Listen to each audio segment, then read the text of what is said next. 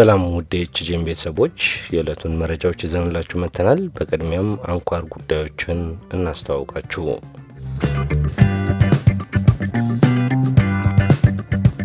የትግራይ የቀድሞ ታጣቂዎች የታድሶ ስልጠና በሰኔ ወር ይጠናቀቃል ተባለ። የአሜሪካ መንግስት አንዲት ሶማሊያዊትን ለጠቆመ $5 ሚሊዮን ጉርሻ እንደሚሰጥ አስታወቀ። በዘገባችን ተካቷል። አንጋፋው ኢትዮጵያዊ ሙዚቀኛ በዛሬው ዕለት ሕይወቱን ማለፉን የተለያዩ ሚዲያዎች እየገለጹ ነው። እንመለስበታለን። በፈረንሳይ የሚገኙ የቡርኪና ፋሶ ነዋሪዎች በኢብራሂም ትራኦሬ ላይ የተቃውሞ ሰልፍ እያካሄዱ ነው። ለረጅም ጊዜ በከባድ የጤና ችግር በሕክምና ላይ የቆዩት የ88 ዓመቱ አዛውንት የካቶሊክ ቤተክርስቲያን ሊቀ ጳጳስ ማረፋቸው ተሰማ። በየ3 ደቂቃው አንድ ሰው በተሽከርካሪ አደጋ ሕይወቱን በማጣት ህንድ በዓለም አቀፍ የትራፊክ አደጋ የሚከሰትባት ሀገር መሆኑን አንድ ሪፖርት አመላከተ።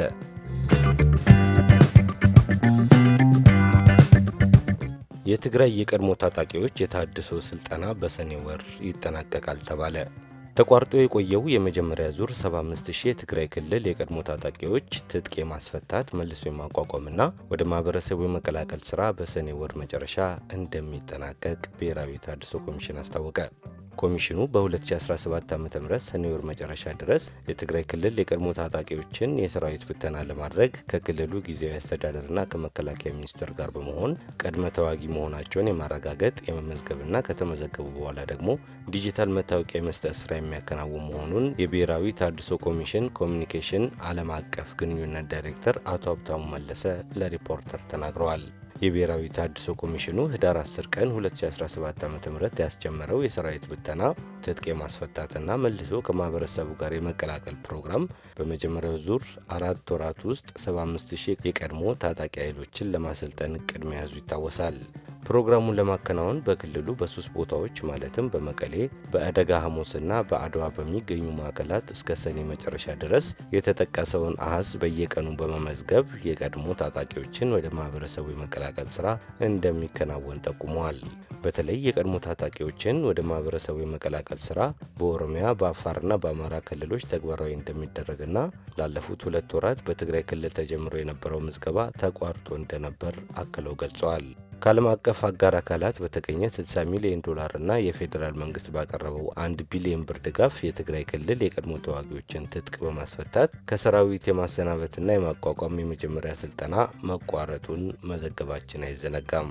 ለመልሶ ማቋቋሚያ ስልጠናቸውን ላጠናቀቁ የቀድሞ የጸጥታ አካላት ስለሚሰጥ የገንዘብ ድጋፍን በተመለከተ ፕሮግራሙ በተጀመረበት በህዳር ወር ላይ በመጀመሪያው ዙር የተካተቱ የቀድሞ ታጋዮች 200,000 ብር እንደሚከፈል እንደተነገራቸው ሲገልጹ ስማቸውን እንዳይጠቀስ የጠየቁ አንድ የኮሚሽኑ ኃላፊ በበኩላቸው ለእያንዳንዱ የቀድሞ ተዋጊዎች የሚከፈለው የገንዘብ መጠን የተለያየ መሆኑን ኮሚሽኑም ለህዝብ ይፋ የሚያደርገው በሚስጥር የሚይዘው መሆኑን ተናግረው ነበር።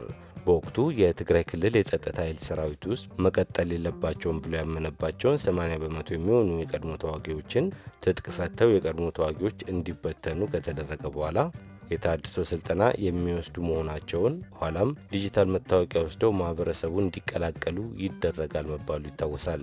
በመላ ሀገሪቱ ትጥቅ በመፍታት ወደ ማህበረሰቡ ይቀላቀላሉ ተብለው የሚጠበቁት 375,000 የቀድሞ ተዋጊዎች መሆናቸውን ከነዚህ ውስጥ ደግሞ 270,000 ያህሉ በትግራይ ክልል እንደሚገኙም መረጃዎች ያመለክታሉ።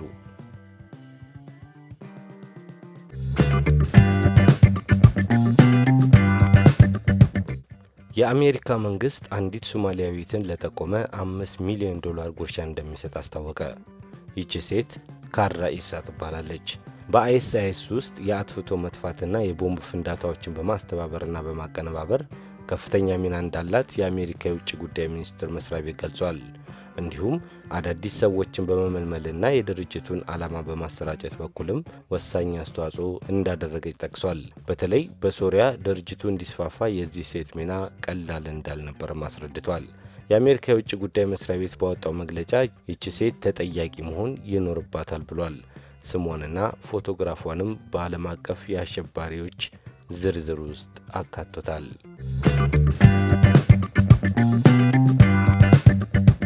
አርቲስት ሰለሞን ተካልኝ በዛሬው ዕለት ሕይወቱን ማለፉን ወዳጅና ዘመዶቹ ገለጹ። ኑሮውን በአትላንታ ከተማ አድርጎ የነበረው አርቲስቱ ከሳምንት በፊት በፍሎሪዳ ግዛት ክሊተር ዋተር በተባለ ቢች ላይ ሆኖ በለቀቀው የመጨረሻ የማህበራዊ ድረገጾቹ ላይ ባካፈለው ቪዲዮ ላይ ሕይወት አጭር ናት ብሎ ተናግሮ ነበር።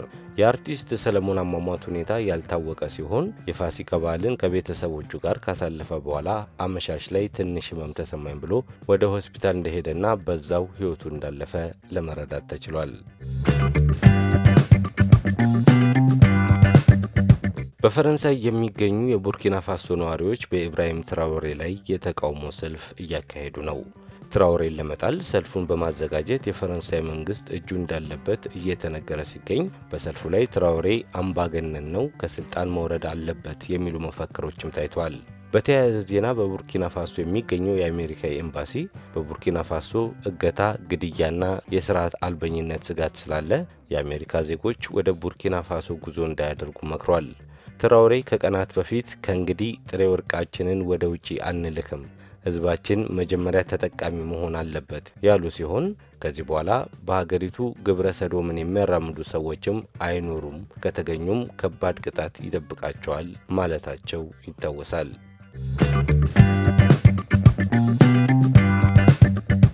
ለረጅም ጊዜ በከባድ የጤና ችግርና በሕክምና ላይ የቆዩት የ88 ዓመቱ አዛውንት የካቶሊክ ቤተ ክርስቲያን ሊቀ ጳጳስ ፖፕ ፍራንሲስ ማረፋቸውን ቫቲካን አስታወቀች።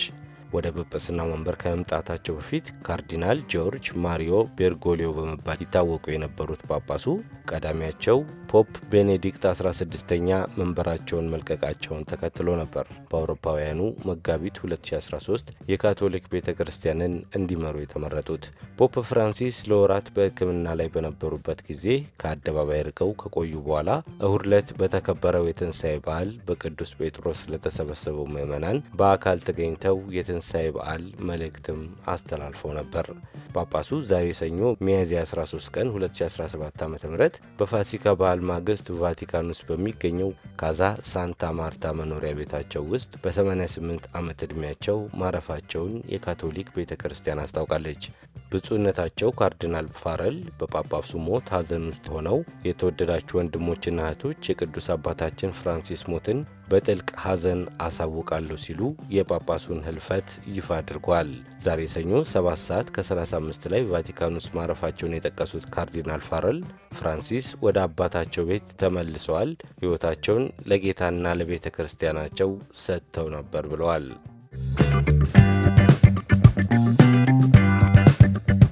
በየ3 ደቂቃው አንድ ሰው በተሽከርካሪ አደጋ ሕይወቱን በማጣት ህንድ በዓለም ከፍተኛ የትራፊክ አደጋ የሚከሰትባት ሀገር መሆኗን አንድ ሪፖርት አመላከተ። በአንድ ዓመት በ2023 ብቻ በመንገድ ላይ በተሽከርካሪ አማካኝነት ባጋጠሙ አደጋዎች ከ172,000 በላይ ሰዎች ሕይወታቸውን ሲያጡ ይህም በየቀኑ በአማካኝ 474 ሰዎች እንዲሁም በየ3 ደቂቃው ደግሞ አንድ ሰው በአደጋ ለሞት መዳረጉ ተገልጿል። በአገሪቱ በተጠቀሰው ጊዜ ከ480,000 በላይ የተሽከርካሪ አደጋዎች የተመዘገቡ ሲሆን በእነዚህ ሳቢያም ከ170,000 በላይ ሰዎች ለሞት ሲዳረጉ በመቶ ሺዎች የሚቆጠሩት ደግሞ ጉዳት ደርሶባቸዋል። በየዓመቱ በአደጋ ከሞቱት ሰዎች መካከል 10,000 የሚሆኑት ሕፃናት ናቸው። በትምህርት ቤቶችና በኮሌጆች አካባቢ የደረሱ አደጋዎች ደግሞ ሌሎች 10,000 ሰዎች ላይ ጉዳት ሲያደርሱ 35,000 እግረኞች ደግሞ ለሞት ተዳርገዋል። ሪፖርቱ እንዳከለው ከልክ በላይ መፍጠን በህንድ ውስጥ ለተከሰቱ የትራፊክ አደጋዎች ዋነኛ ምክንያት ሲሆን ብስክሌትና ሞተር ላይ በሚደርሱ አደጋዎች የራስ ቅል መከላከያ ቆብ ወይንም ሄልሜት ባለማድረግ 54,000 ሰዎች እንዲሁም 16,000 ሰዎች የሚሆኑት ደግሞ የመቀበጫ ቀበቶ ባለማሰር ለሞት ተዳርጓል ብሏል። ሌሎች ለሰዎች ሞት ምክንያት የሆኑት ደግሞ ከልክ በላይ መጫን 12,000 ሞትን ያስከተለ ሲሆን ካለመንጃ ፍቃድ ማሽከርከር ደግሞ ለ34,000 አደጋዎች ምክንያት ሆኗል። ህንድ የመንገድ መሰረተ ልማቷን ለማስፋፋት ከፍተኛ መዋለ ንዋይ ብትመድብም የአገሪቱ መንገዶች ለእግረኛና ለተሽከርካሪ አደጋ በመሆን በዓለም ከሚጠቀሱት መካከል ሆነዋል። በዚህ ምክንያት የትራፊክ አደጋ ከሀገሪቱ ዓመታዊ አጠቃላይ ምርት ወይም ጂዲፒ ላይ 3 በመቶ የሚሆነውን ለውድመት ይዳርጋል። ይህም ከፍተኛ መጠን ያለው ሀብት መሆኑን ባለሙያዎች ይናገራሉ። ህንድ በመንገድ አቅርቦት ከአሜሪካ በመቀጠል ሁለተኛ ከፍተኛ የመንገድ መሰረተ ልማት ያላት ስትሆን በአገሪቱ ውስጥ 350 ሚሊዮን የተመዘገቡ ተሽከርካሪዎች ይገኛሉ። የህንድ ትራንስፖርት ጥናትና አደጋ መከላከል ማዕከል የአገሪቱን መንገዶች ሁኔታን በተመለከተ ለዓመታት ባደረገው ጥናት በህንድ የመንገድ መሰረተ ልማቶች ላይ አሳሳቢ የሆኑ እንከኖች እንዳሉም አመላክቷል። የህንድ የመንገድ ዲዛይን ደረጃዎች በወረቀት ላይ እጅግ ጥብቅ ሲሆኑ ችግር የሚከሰተው መሬት ላይ ተግባራዊ ሲደረግ መሆኑን ይነገራል። በመካከለኛና ዝቅተኛ ገቢ ባላቸው ሀገራት የመንገድ ደህንነት ዙሪያ የሰሩት በአሜሪካ ቺካጎ ዩኒቨርሲቲ የመንገድ መሰረተ ልማት ባለሙያ የሆኑት ካቪ ባህላ እንደሚሉት የህንድ መንገዶች ዲዛይን የአገሪቱ ልዩ የትራፊክና የመሰረተ ልማት ፍላጎትን ችላ በማለት የምዕራባውያን ግልባጭ ናቸው ሲሉ ይተቻሉ። ህንድ እየሞከረች ያለችው የአሜሪካንን የመሰለ አውራ ጎዳና መሰረተ ልማትን መገንባት ሲሆን ነገር ግን የአሜሪካ አይነት የአውራ ጎዳና ደህንነት ምህንድስናና የአደጋ መረጃ አያያዝ ስርዓት ግን የላትም ብለዋል። ህንድ እየገጠማት ያለውን የትራፊክ አደጋ ጉዳት ለመከላከል መንግስት በመንገዶች ዲዛይን፣ በተሽከርካሪዎች፣ በመንገድ ደህንነት ትምህርት ደንቦችን በማስፈጸምና በአደጋ ጊዜ የሚሰጥ ድጋፍ ላይ ትኩረት አድርጎ ሊሰራ ይገባል ብለዋል።